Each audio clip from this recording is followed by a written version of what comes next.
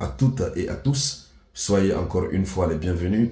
Vous êtes sur la tribune d'éveil des consciences. Alors, chères dames, chers messieurs, la Russie est passée à un autre level, un autre niveau. Pendant que Volodymyr Zelensky refuse, n'est-ce pas, la médiation entamée par Viktor Orban, pendant que vous avez des États membres de l'Union européenne qui critiquent avec outrance et véhémence les actions de paix que Viktor Orban a entamées. Quand je parle de Viktor Orban, je veux parler du président actuel du Conseil de l'Union européenne. Oui. Pendant que beaucoup se lèvent contre lui, pendant ce temps, la Russie fait preuve de flexibilité vis-à-vis de Viktor Orban. La Russie se dit être prête à aller évidemment dans le sens de la paix avec, n'est-ce pas, l'Ukraine, mais avec, à quelques conditions très près. La Russie a donné ses exigences. Mais eux, ils sont en train de jouer avec les exigences de la Russie. Et donc, la Russie a décidé, n'est-ce pas, de détruire le système de protection aérienne, la défense aérienne de Kiev, et de procéder à des décharges, mais inimaginables. Et la Russie a toujours procédé à des décharges, à l'envoi des pluies russes sur des villes de l'Ukraine. Mais cette fois-ci, l'installation qui a été touchée, c'est le cœur même de l'Ukraine. C'est le cœur, n'est-ce pas, de la force militaire de l'Ukraine qui a été touchée. Oui. Et c'est de cela que nous allons parler dans le cadre de cette vidéoconférence. Mais avant de continuer, je vous demande de partager la vidéoconférence au maximum. Partagez-la dans tout le monde. Pour sécuriser la vidéoconférence, partagez la vidéoconférence tant que vous pouvez. C'est de cela qu'il s'agit. Alors, quelle est l'installation que la Russie a visée dans la nuit du dimanche à lundi? C'est une usine. Comment on appelle cette usine déjà? C'est une usine de fabrication d'armes. On l'appelle comment? On l'appelle Artem. Oui. Et c'est à Kiev, dans la capitale. Artem. C'est une usine, il s'agit de l'usine militaire Artem, n'est-ce pas? Et cette usine est l'un des principaux fabricants d'armes de missiles pour les forces armées ukrainiennes. Donc, Poutine a visé le principal objet ou la principale usine de fabrication d'armes, de fabrication de missiles, n'est-ce pas, pour les forces armées ukrainiennes. C'est ce que Poutine a visé et Poutine a envoyé des pluies russes, des décharges inimaginables. Comme vous pouvez le constater sur l'image, tout est parti. Oui, c'est la fumée seulement qu'on voit.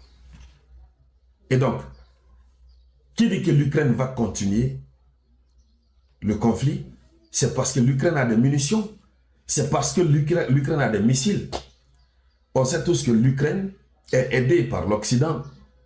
Mais malgré les aides qui viennent là, c'est parce que l'Ukraine produit à l'intérieur. Et ce sont ces installations, ces usines-là, qui font l'objet de ciblage désormais par la Russie. La Russie ne fait que envoyer des décharges, des décharges, des décharges.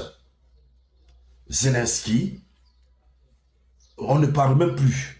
Il n'y a plus de qualificatif concernant l'état dans lequel Volodymyr Zelensky se trouve à l'instant. Il n'y a pas d'explication.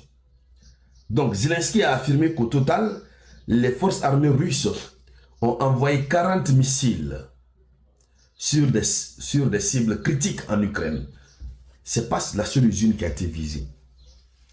Ils ont envoyé 40 missiles. 40 pluies russes.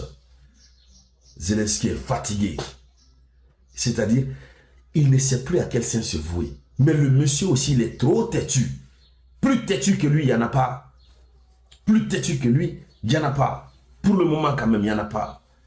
Puisqu'il a la chance, encore une fois, de sortir de cette situation par la grande porte. Oui, à travers ce que Viktor Orban a commencé. Viktor Orban est en train de négocier pour que la paix revienne. Et ce serait un plaisir pour Viktor Orban, un honneur pour la Hongrie qui s'est toujours opposée à la guerre en Ukraine. Ce serait un honneur pour la Hongrie que la paix revienne en Ukraine sous le règne de Viktor Orban. C'est pourquoi à peine élu, à peine investi de ses pouvoirs, à peine il a pris son bâton de pèlerin et il a pris le chemin. Il est allé voir Volodymyr Zelensky. Volodymyr Zelensky lui a fait une proposition. Il lui a fait des exigences vraiment compliquées. Volodymyr a fait des exigences compliquées. Ensuite, il est venu voir, n'est-ce pas, Vladimir Poutine, aussi qui a durci le temps, mais qui est resté aussi flexible. Alors, si l'usine de production des équipements militaires ukrainiens est détruite, ça c'est la fin automatique du conflit.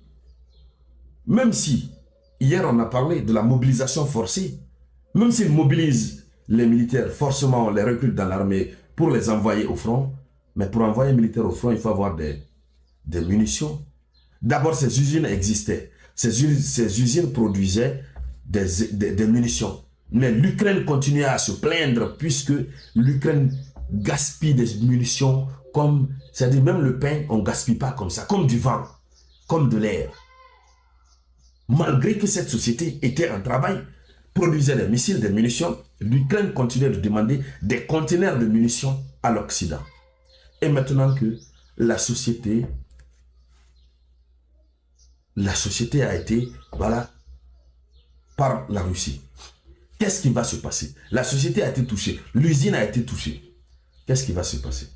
Donc Volodymyr Zelensky, il est obligé aujourd'hui d'ouvrir les yeux. Il n'a pas d'autre alternative. C'est-à-dire, s'il n'ouvre pas les yeux, qu'est-ce qui va se passer? Il va continuer à perdre d'autres territoires. Puisque chaque jour que Dieu fait, le ministère de la Défense russe annonce la récupération de nouvelles localités. C'est de cela qu'il s'agit. Alors, mesdames, mesdemoiselles et messieurs, voici ce qu'il fallait dire à ce propos. Donc, merci à toutes et à tous. Merci surtout de vous abonner à